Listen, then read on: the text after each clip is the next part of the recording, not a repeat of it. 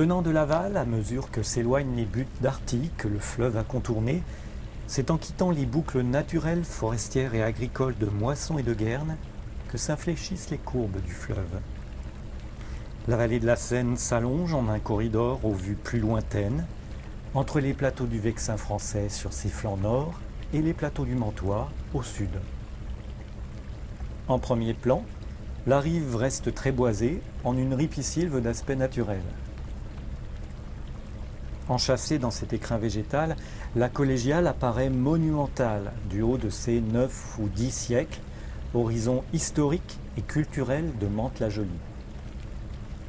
En toile de fond, le coteau et des falaises de craie fondent un horizon qui parle d'autres pans historiques de cette vallée, celui de son histoire géologique et celui plus récent d'un passé et de l'actualité encore industrielle du Mantois.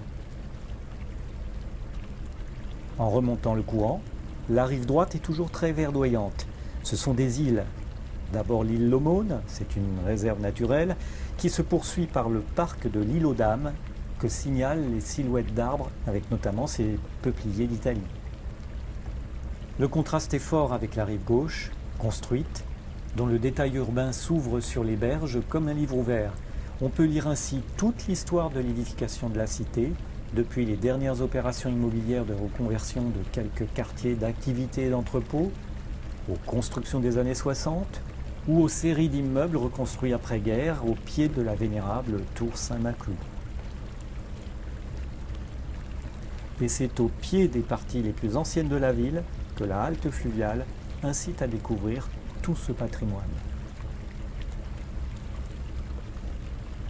Venant de l'amont, on peut difficilement dissocier la cité de Mantes-la-Jolie de ce grand couloir de Seine, parsemé d'industries et d'activités dont elle fait partie, et on peut quasiment remonter jusqu'à l'ancienne écluse des Mureaux pour situer les premiers jalons d'annonce de ce territoire.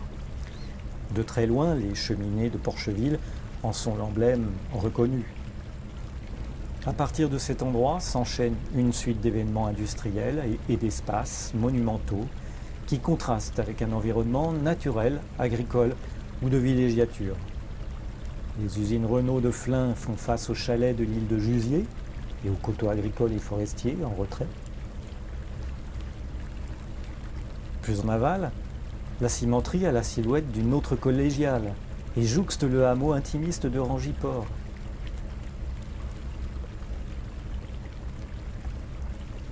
La centrale de Porcheville est la cathédrale de la vallée.